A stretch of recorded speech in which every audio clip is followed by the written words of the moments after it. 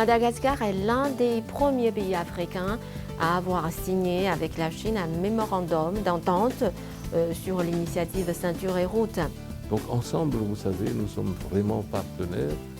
C'est comme l'eau et le riz, comme on dit. Vous avez récemment participé à la visite de la zone pilote au Hunan, organisée pour les ambassadeurs africains. La province de Hunan est jumelée avec notre province agro-industrielle qui est à l'Otramanguru. Au tout début, je veux dire en 72, nous avons fait venir, et la Chine a accepté, ce qu'on appelle les médecins chinois aux pieds nus. Tout le monde parle de démocratie, mais en réalité, la démocratie sans réalisation, eh bien, ce n'est que mots perdus en l'air. Bonjour à tous et bienvenue dans Rencontre. Cette année marque les 50 ans de l'établissement des relations diplomatiques entre la Chine et Madagascar. Notre invité d'aujourd'hui est un témoin de l'amitié qui lie les deux pays. Il s'est rendu à de nombreuses reprises en Chine avant d'être nommé ambassadeur. Je parle bien entendu de M. Robinson Jean-Louis, ambassadeur de Madagascar en Chine, avec qui nous allons discuter des relations sino-malgaches. Bonjour Monsieur l'ambassadeur. Bonjour Madame. Bienvenue dans notre émission Rencontre. Oui, et bonjour aussi à l'équipe de CGTN en français. Et vous savez que cette année marque le 50e anniversaire des relations diplomatiques entre la Chine et Madagascar. Donc quel est votre jugement sur ces 50 années de développement des relations entre les deux pays? Et quelles sont vos attentes pour le futur? Je vous remercie de votre question, mais laissez-moi tout d'abord vous souhaiter la bienvenue à la résidence de Madagascar, à Beijing, et aussi de remercier la CGTN d'avoir organisé cette interview pour parler justement des 50e anniversaire des relations entre la Chine et Madagascar. Ces 50 années, pourquoi les 50 ans? Parce que cette relation a été signée le 6 novembre 1972. Nous sommes en 2022, donc ça fait 50 ans. Ce que je vois, cette relation n'a jamais cessé de progresser en bien. La Chine était toujours là pour accompagner les demandes des dirigeants successifs de Madagascar. Et nous avons eu de très bonnes relations à tout moment. Nous avons eu de bonnes relations politiques, économiques, culturelles et aussi amicales. Et pour le futur, quelles sont vos attentes? Effectivement, nos relations datent de 50 ans, mais nous espérons encore un peu plus, et cela va de soi avec tout le programme initié par le président Xi Jinping et aussi avec le plan Émergence Madagascar de notre président André Rajoelina. Ça va aller de l'avant, que ce soit surtout économiquement, on a des vues communes pour le développement de l'Afrique et de Madagascar, qui a été aussi des programmes initiés par le président Xi Jinping par 9 programmes de développement pour l'Afrique et Madagascar. Et vous parlez des 9 programmes de coopération sino-africaine initiés par le président chinois Xi Jinping. Et nous savons que la zone pilote Chine-Afrique pour une coopération économique et commerciale approfondie est une initiative majeure de ces 9 programmes. Nous savons que vous avez récemment participé à la visite de la zone pilote au Hunan, organisée pour les ambassadeurs africains. Donc, quel regard portez-vous sur cette zone pilote Chine-Afrique? Effectivement, lors de mon voyage invité par la province de Hunan à Changsha, nous avons beaucoup parlé de relations, de développer les relations entre l'Afrique et la Chine. Et cette zone économique, donc on nous a montré les débuts de cette zone économique et faire visiter les différents stades où seront donc installés les différents pays d'Afrique, dont Madagascar. J'ai vu le stand de Madagascar, mais la zone économique donc spéciale à Changsha, dans la province de Hunan, serait vraiment la bienvenue. et pourra nous aider dans notre commerce, l'exportation, mais aussi l'envoi de produits chinois vers Madagascar ou vers l'Afrique. Donc cette zone spéciale économique initiée par Yunnan et Changsha est vraiment la bienvenue et pourra vraiment nous aider dans le développement économique de notre pays. Je signale au passage que la province de Yunnan est jumelée avec notre province agro-industrielle qui est à l'Otramanguru. On voudrait essayer d'avoir plus ample relation avec Changsha de cette spéciale et peut-être annoncer, je l'ai déjà annoncé au niveau du président, que la création d'un consulat général de Madagascar à Changsha serait une très bonne idée. Le président ne voit pas de problème, mais je sais, comme c'est assez long, les procédures administratives, on va vers ça. Donc aussi un consulat général, mais cette zone spéciale économique pour favoriser les échanges et puis pour aider les pays africains à l'exportation. Pas simplement exporter des produits bruts, que ce soit en minerai, que ce soit en halieutique, en pêche, ou que ce soit en agriculture, mais aussi donc des produits comme la Chine en va manufacturer, essayer de développer l'industrie à Madagascar chez nous. Et chez nous, donc, le président de la République de Madagascar, André Azoulay, a aussi annoncé dans son plan émergence Madagascar qu'il faudrait à chaque district, il y a 122 districts à Madagascar, à chaque district, il faut construire une usine de manufacture pour pouvoir faire des produits manufacturés, mais pas simplement des produits bruts. Donc, c'est la politique de ODOF. ODOF, c'est One District, One Factory. Et on est dessus aussi, on est en train de l'expliquer aux autorités chinoises, au département Afrique du ministère des Affaires étrangères, et on verra donc la suite, mais je pense que ça ira dans ce sens-là, pour essayer de raffermir encore plus les liens économiques et commerciaux avec la Chine.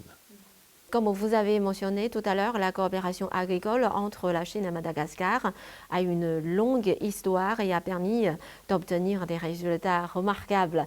Dans le contexte actuel, avec le risque croissant de crise alimentaire mondiale, comment les deux pays peuvent-ils, selon vous, renforcer leur coopération pour mieux faire face aux défis? Effectivement, Madagascar est un pays agricole, avec de grandes superficies et aussi quelques technicités. Cette technicité, il faut donc la développer davantage. Et le développement de cette technicité au niveau agricole, si la Chine peut nous aider. J'ai moi-même vu M. Yuan Longping de son vivant, donc le père du riz hybride, qui donne un peu plus de production, un peu de production de risicole si on utilise donc la semence de riz hybride. Actuellement, donc, nous sommes en train de voir, mais déjà, ce phénomène-là, comme vous le dites, ce phénomène-là est déjà exploité, disons, expérimenté à Madagascar, dans la région centrale.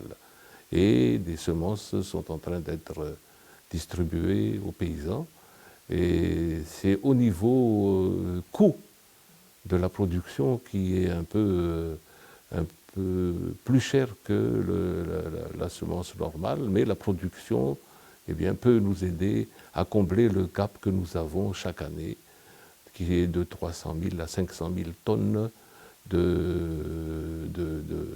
riz qu'on doit importer de l'extérieur. Ça nous crée donc des trous dans notre économie, et avec simplement une bonne technicité, ou en augmentant la superficie agricole, nous pourrons déjà donc ne plus être dépendants du riz, par exemple.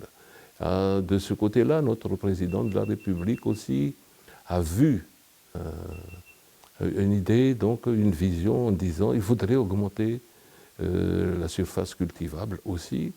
Et il a dit qu'il faudrait, pour l'autosuffisance alimentaire,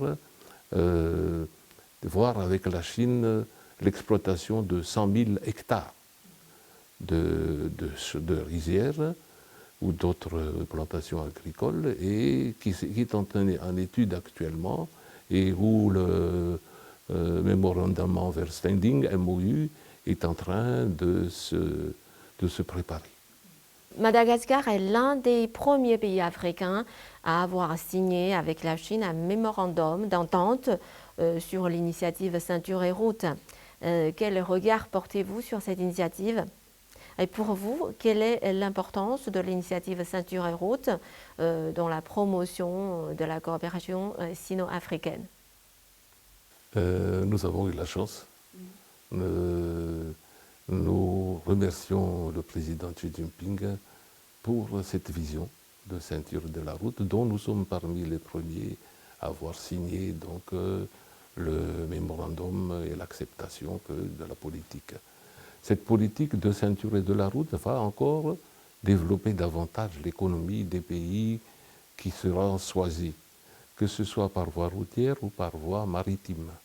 Madagascar se trouve sur le chemin de la ceinture et la route, dans la bonne position pour aller vers le sud de l'Afrique, vers le canal de Mozambique. D'ailleurs, nous sommes membres de la SADC, et donc ça pourrait aider les deux parties à développer davantage l'économie.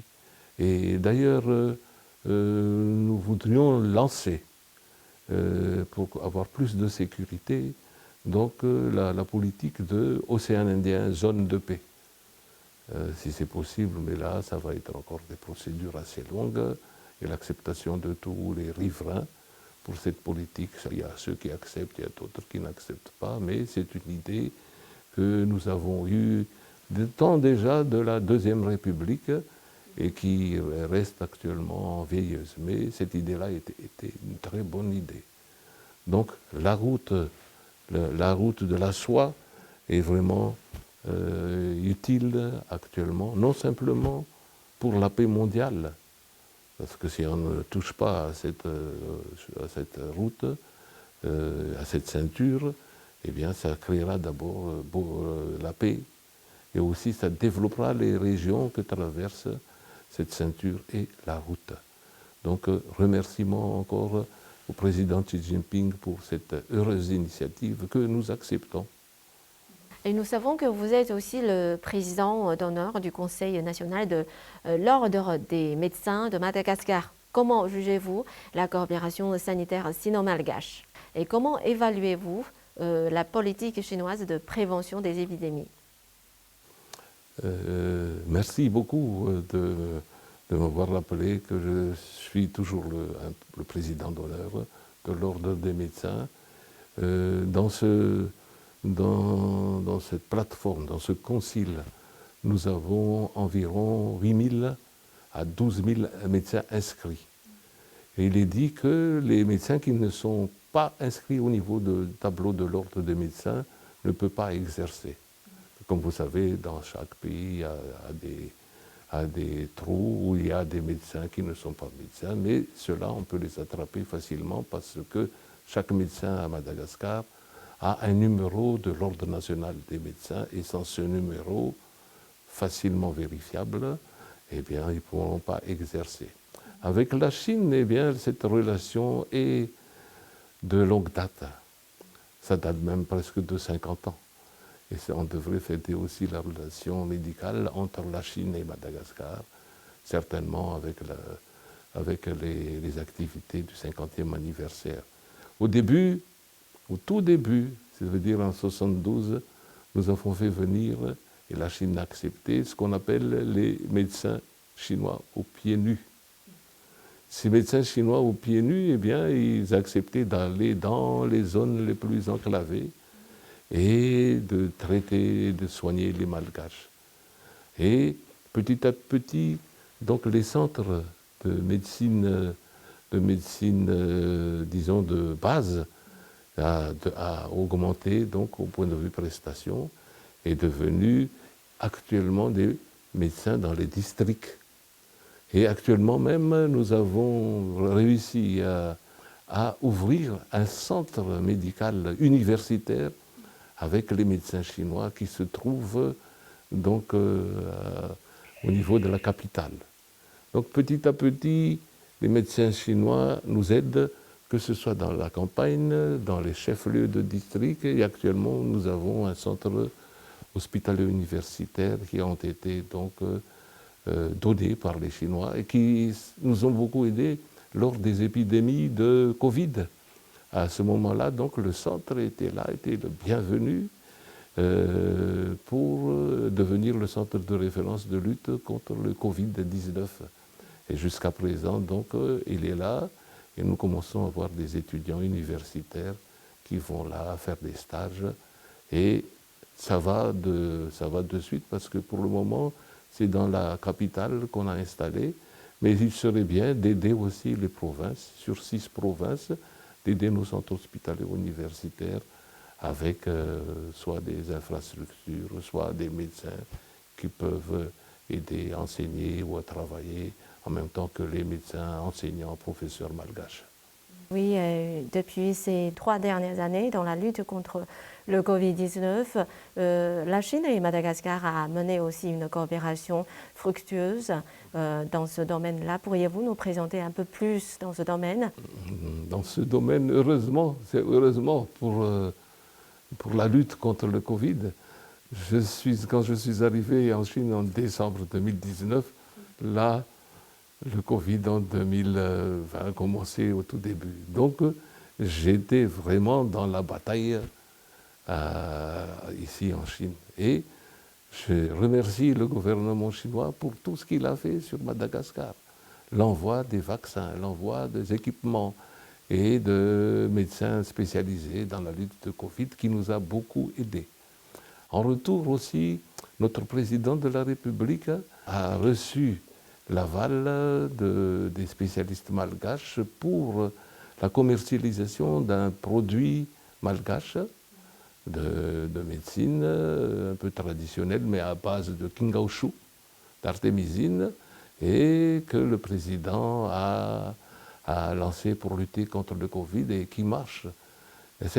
On essaie aussi de commercialiser ce produit qu'on appelle le CVO, de pouvoir l'exporter en Chine parce qu'il est très efficace et reconnu par l'Organisation mondiale de la santé. Donc si on peut exporter un peu de produits, ça pourrait aider parce que la Chine est très grande avec une grande population. Ça pourrait aider aussi à lutter, à augmenter l'immunité des individus et ça pourrait marcher pour la lutte contre le Covid. Donc ensemble, vous savez, nous sommes vraiment partenaires. C'est comme l'eau et le riz, comme on dit. Il faut toujours la présence de l'un ou de l'autre pour pouvoir arriver à de bons résultats. Le 20e congrès national du Parti communiste chinois se tiendra à Beijing le 16 octobre prochain. Allez-vous suivre l'événement? Certainement. J'ai suivi à temps plein le 19e, dont le livre est là exposé. Et le 20e congrès serait certainement riche en initiatives et en vision pour la Chine et pour les pays amis et les pays partenaires. Donc on va suivre de près en espérant donc de bénéficier aux résultats de ce 20e congrès.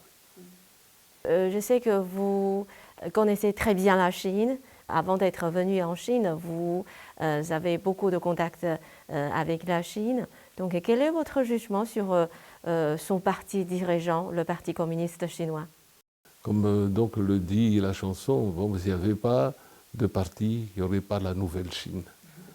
Bien, le Parti communiste est un parti très, très visionnaire, d'ailleurs dirigé par tous les visionnaires, les grands dirigeants du pays, et donc ça continue à avoir donc des influences positive pour la Chine, mais qui pourrait aider aussi dans cette vision d'aider les autres pays par des idées, des idéologies et par la sagesse chinoise du Parti communiste.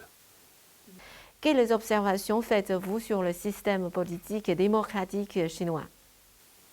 Et je pense, bon, tout le monde parle de démocratie, mais en réalité, la démocratie sans réalisation, eh bien, ce n'est que mot perdu en l'air.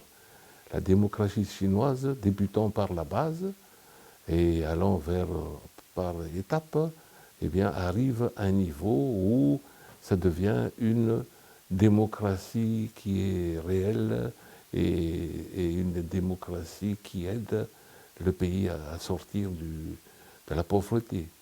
Actuellement, il y a plus de 800 millions qui sont sortis de la pauvreté et il y a un peu plus, et nous rentrons dans la classe de moyenne aisance de la Chine qui va aller certainement avec la résolution du 20e congrès vers une modernisation du Parti communiste et de l'idéologie socialiste. Ça va être un socialisme moderne à la chinoise. En termes de gouvernance mondiale, la Chine a proposé des programmes tels que l'initiative pour le développement mondial et l'initiative de sécurité mondiale. Selon vous, quelles sont les caractéristiques des initiatives et des propositions avancées par la Chine? La réalité, la Chine a toujours été un pays pacifique, qui n'aime pas trop entrer en guerre avec qui que ce soit. La Chine n'a jamais été un pays colonisateur, mais plutôt un pays partenaire. L'histoire de Madagascar, par exemple, fait qu'il y avait déjà des contacts avec la Chine au XIIIe siècle, par des fouilles, etc. Et la Chine n'est pas venue coloniser Madagascar. Et ces échanges-là datent de très longtemps et d'une façon vraiment efficace. Je remercie, comme je vous ai dit, la sagesse du président Xi Jinping, mais on peut prendre dans ce que la Chine fait, peut-être pas toutes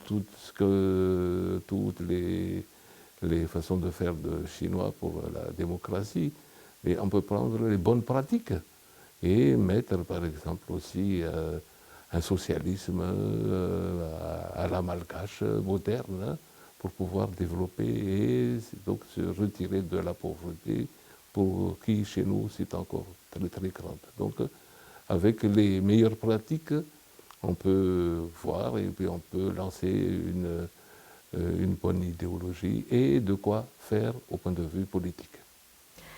Pour terminer, pourriez-vous recommander à nos téléspectateurs des produits, des spécialités culinaires ou des sites touristiques qui font la fierté de Madagascar? Mon pays, on appelle, c'est l'île paradis. Il y a tout avec sa structure géographique, géologique. Nous avons tout. Et ce que je vois, c'est que c'est en train de se voir par tous les investisseurs qui jusqu'à présent ne connaissent pas trop Madagascar. Mais il y a beaucoup de choses pour travailler ensemble et pour faire développer le pays. Nous avons au niveau touristique plusieurs îles. L'île de Nosy-Be, qui est une île où il y a tout, il y a des spécialités, surtout des spécialités halieutiques, mais aussi où il y a des spécialités au niveau économique, parce que là on plante le canne à sucre, on fait du rhum, on plante des ylang-ylang où on peut faire des parfums pour les grosses sociétés de parfumerie. Il y a l'île Sainte-Marie, paradis, et qui mérite d'être visitée aussi, et puis de venir investir, parce que la petite île de Sainte-Marie est très belle et où on voit les baleines venir accoucher, et vous voyez donc des baleines à la saison de l'été par exemple. Actuellement c'est en train de finir cette saison-là, mais donc les grosses baleines viennent viennent à Sainte-Marie pour donner, pour accoucher des petits et puis pour avoir, pour faire leur lune de miel. La lune de miel des baleines se trouve à Sainte-Marie. Je voudrais vous parler des spécialités culinaires de Madagascar. Oui, il y a beaucoup de ressemblances avec les spécialités culinaires en Chine. Mais en plus naturel, s'il n'y a pas trop de produits, c'est des produits naturels. La viande est succulente. Nous n'utilisons pas trop de produits chimiques. Nous avons, par exemple, au niveau riz, le riz sauté de Madagascar avec des œufs, avec nos volailles sont vraiment naturelles et bio. Les ressources halieutiques, les langoustes, les crevettes, les poissons sont tous bio à Madagascar. Nous sommes donc une île où tout est bio, qu'on peut manger tranquillement, sans problème d'intoxication.